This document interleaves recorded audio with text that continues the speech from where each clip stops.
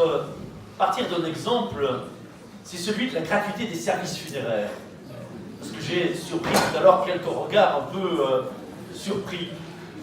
Pourquoi aujourd'hui il y a tout un mouvement pour mettre cette question au cœur de la réflexion? Regardez comment le capitalisme, pour pouvoir déployer sa conception de l'existence fondée sur l'accumulation, a dû évacuer la mort. Non seulement aujourd'hui on n'a plus le droit d'être malade, on n'a plus le droit de vieillir à tel point que le mot vieux est devenu une insulte, et on n'a presque plus le droit de mourir. Et donc nous sommes un certain nombre à nous dire qu'il faut remettre la mort au centre de la vie. Non pas pour être morbide, mais au contraire, pour être pleinement jouissif. Avec deux idées.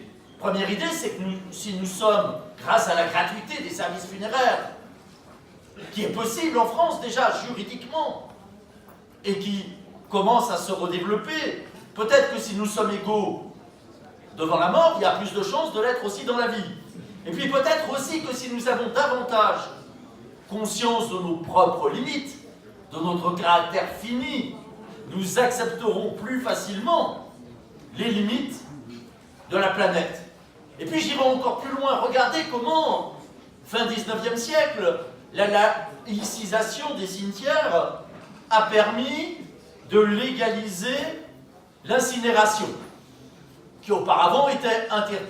On sait aujourd'hui que du point de vue écolo, ni l'illumination qui produit une quantité extraordinaire de toxines, ni l'incinération, c'est à peu près 400 litres de pétrole, par contre, sont satisfaisants. D'où des solutions qui commencent à émerger. Je ne dis pas qu'il faille nécessairement les adopter, mais là encore, il ne s'agit pas de rendre gratuit ce qui existe, il s'agit d'utiliser la gratuité pour repenser. Eh bien, par exemple, en Belgique, il y a une fondation pour l'humusation des corps. C'est-à-dire que les corps sont mis dans de l'humus et au bout d'un an, ils sont rendus à la terre. Ça va être légalisé et expérimenté en Belgique. La question a été posée en France à l'Assemblée, la réponse c'est de dire, pour l'instant, juridiquement, ça pose des problèmes. Mais ça ne veut pas dire que demain, ça ne sera pas possible. Je crois qu'il n'y a pas de petit combat. Geneviève le disait tout à l'heure. Ce qui fait qu'un combat est grand, c'est les questions qui sont posées. Parce qu'on peut critiquer tant qu'on veut le capitalisme, la société d'hyperconsommation, et il faut le faire. Mais il faut reconnaître que la société capitaliste, la société d'hyperconsommation, elle nous fait jouir. Il y a de la jouissance à consommer toujours plus, sauf que c'est une mauvaise jouissance. C'est une jouissance d'avoir, d'emprise, le toujours plus de richesse économique, ou le toujours plus de pouvoir sur les autres, ou sur la planète. Mais tant qu'on n'aura pas une autre forme de jouissance, encore plus jouissive à opposer, on n'y arrivera pas. On pourra être que dans des combats défensifs.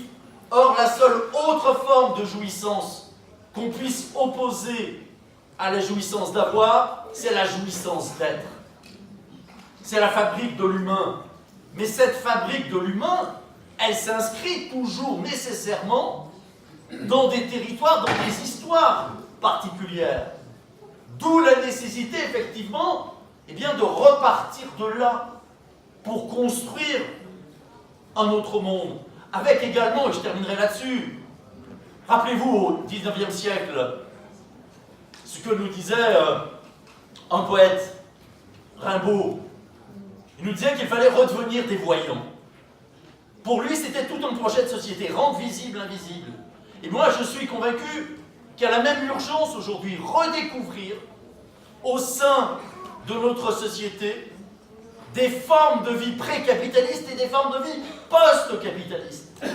Ne pas laisser croire qu'il n'y aurait aucune alternative. Prendre appui sur ce déjà-là, c'est un levier extraordinaire. Et bien sûr, en même temps, il y aura des combats frontaux à mener face à un système qui ne se laissera pas faire. Mais plus nous aurons cette capacité d'entraîner des gens avec nous, de donner envie de montrer que nos utopies, elles sont pratiques, elles sont concrètes. Eh bien, plus effectivement, nous aurons de chances de pouvoir l'emporter avant que le climat nous oblige de toute façon à changer de civilisation.